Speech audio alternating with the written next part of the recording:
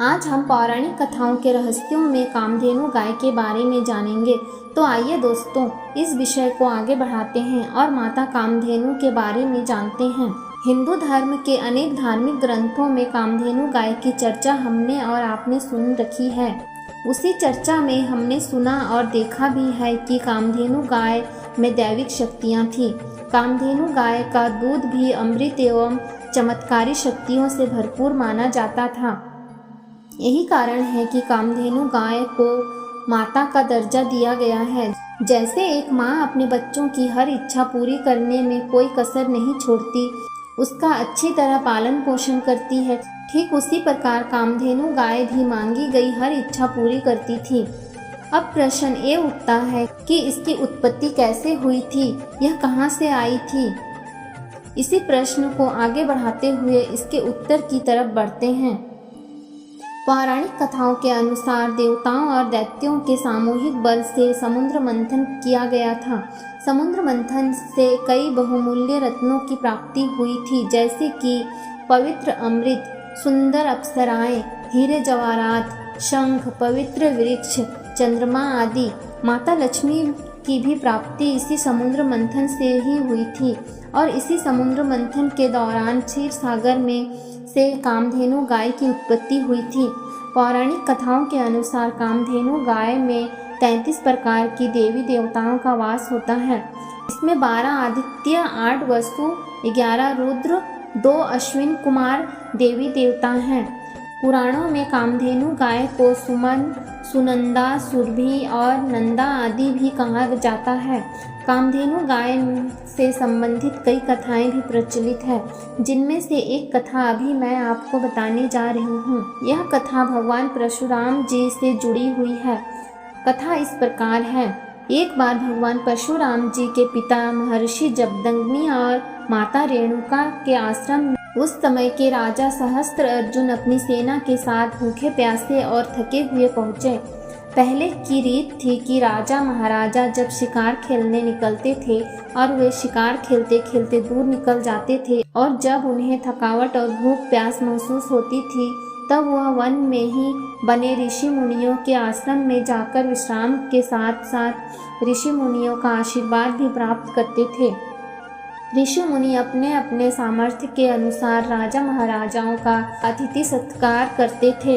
जब राजा सहस्त्र अर्जुन ने महर्षि जमदग्नि के आश्रम में प्रवेश किया तो वे अकेले नहीं थे, बल्कि उनके साथ उनकी सेना भी थी। राजा सहस्त्र अर्जुन ने महर्षि जमदग्नि के आश्रम में प्रवेश करने से पहले एक बार यह सोचा कि इस आश्रम में मेरी सेना की भूख प्यास नहीं मिटेगी, लेकिन उनके पास कोई दूसरा विकल्प शेष नहीं था, क्योंकि वे और उनकी सेना का थकावट और भूख प्यास से बुरा हाल था। महर्षि जमदग्नि के पास देवराज इंद्र से प्राप्त दैविक गुणों वाली कामधेनु गाय थी। इस कारण उन्होंने राजा और उनकी सेना का बहुत अच्छी तरह से स्वागतकार किया। राजा को घोर आश्चर्य हुआ कि कहाँ तो मैं यह सोच रहा था कि इस आश्रम में मेरी और मेरी सेना की भूख प्यास मिट भी पाएगी या नहीं, लेकिन यहाँ तो हमारे पेट के साथ साथ हमारा मन भी तृप्त हो गया। राजा ने इस संदर्भ में महर्षि जमदग्नि से बात की और अपनी दुविधा उनको कह सुनाई।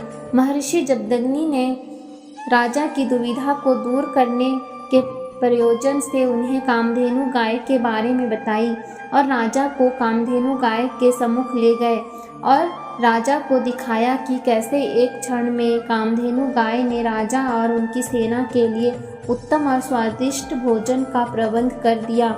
यह देखकर राजा चकित हो गए और उन्हें यह लगने लगा कि इस कामधेनु गाय के सामने तो मेरे राजमहल के सारे ऐश्वर्य फीके हैं। अगर यह कामधेनु गाय मुझे मिल जाए तो मैं संपूर्ण हो जाऊंगा। मेरे पास किसी भी वस्तु का अभाव नहीं होगा। यह सब सोचकर राजा ने महर्षि जमदग्नि से कामधेनु गाय को मांगा, लेकिन महर्षि जमदग्नि ने यह कहकर राजा को कामधेनु गाय देने से इनकार कर दिया कि यह गाय ही हमारे आश्रम के ऋषि मुनियों के जीवन के भरण पोषण का एकमात्र साधन है। महर्षि जमदग्नि की बातों को सुनकर राजा बहुत क्रोधित हुए और उन्होंने अपनी सेना के साथ मिलकर महर्षि जमदग्नि के आश्रम को तहस नहस कर दिया और कामधेनु गाय को अपने साथ ले जाने के उद्देश्य से जैसे ही राजा ने कामधेनु गाय को पकड़ने के लिए अपना हाथ बढ़ाया, वैसे ही कामधेनु गाय राजा के हाथ लगने से पहले ही स्वर्ग के मार्ग की तरफ उड़ गई। इस घटनाक्रम के पश्चात कामधेनु गाय ना मिलने के कारण राजा और उनकी सेना क्रोधित और निराश होकर अपने नगर महिष्मतीपुर लौट आए। महर्षि जमदग्नि और उनकी पत्नी रेणुका को यह देखकर बहुत दुख हो रहा था कि उनका आश्रम भी उजड़ गया और कामधेनु गाय भी चली गई।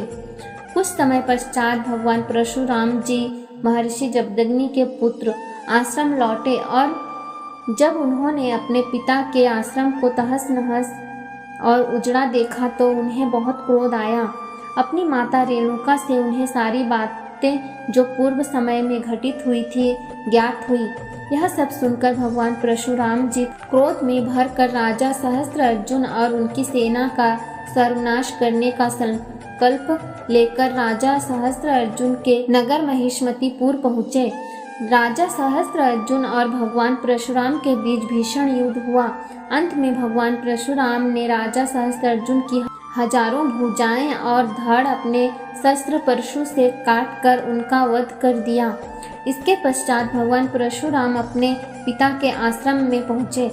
महर्षि जमदग्नि ने अपने पुत्र भगवान परशुराम को वध का प्रायश्चित करने के लिए हरिद्वार जाकर तपस्या करने के लिए कहा। भगवान परशुराम तीर्थ स्थान पर जाकर तपस्या में लीन हो गए। इधर जब राजा सहस्त्रार्जुन के पुत्रों को भगवान परशुराम के तीर्थ स्थान पर जाने की सूचना मिली, वे सब अपने पिता की मृत्यु का बदला लेने के लिए महर्षि जमदग्नि के आश्रम में आ गए। उस समय आश्रम में केवल महर्षि जमदग्नि और उनकी पत्नी रेणुका ही थे। राजा सहस्त्रार्जुन के पुत्रों ने आश्रम में प्रवेश करते ही ध्यानमग्न महर्षि जमदग्नि का सिर धड़ से अलग कर दिया। जब इस दृश्य को महर्षि जमदग्नि के पत्नी रेणुका ने देखा तो वह चिल्लाते हुए अपने पुत्र परशुराम को पुकारने लगी। परशुराम जी के माता को बचाव के लिए पुकारते देखकर सहस्त्रार्जुन के पुत्रों ने उनको भी मारना शुरू कर दिया और जब सहस्त्रार्जुन के पुत्रों को लगा कि परशुराम जी की माता भी मर गई है तो वो वापस अपने नगर महिष्मतीपुर लौट गए। जब भगवान परशुराम जी की माता रेणुका उन्हें पुकार रही थी, उस वक्त भगवान परशुराम तपस्या में लीन थे, लेकिन अपनी माता की आवाज़ से उनकी तपस्या भंग हो गई और भगवान परशुराम अपनी शक्तियों की बदौलत तुरंत ही अपने आश्रम को लौट आए। अपने आश्रम की दुर्दशा और अपने पिता का कटा हुआ सिर देखकर भगवान परशुराम का क्रोध चरम सीमा पर पहुंच गया और अपने पिता के कटे हुए सिर और धड़ को अपने भाइयों को सौंपकर वे राजा सहस्त्रार्जुन के नगर महिष्मतीपुर पहुँचे। वहां पहुंचकर सहस्त्रार्जुन के बचे हुए पुत्रों को भगवान परशुराम ने मार डाला और अपने आश्रम को लौट आए। आश्रम में आकर भगवान परशुराम ने अपने पिता के शरीर को कुरुक्षेत्र में ले जाकर मंत्र की सहायता से अपने पिता के सिर और उनके धड़ से जोड़ दिया। इस तरह उनके पिता महर्षि जमदग्नि पुनः जीवित हो गए। दोस्तों, इस कथा में हमने देखा कि किस तरह एक कामधेनु गाय के लिए एक राजा के कुल का ही नाश हो गया। ऐसे ही और पौराणिक कथाएं सुनने के लिए हमारे इस चैनल को लाइक और सब्सक्राइब जरूर करें। धन्यवाद।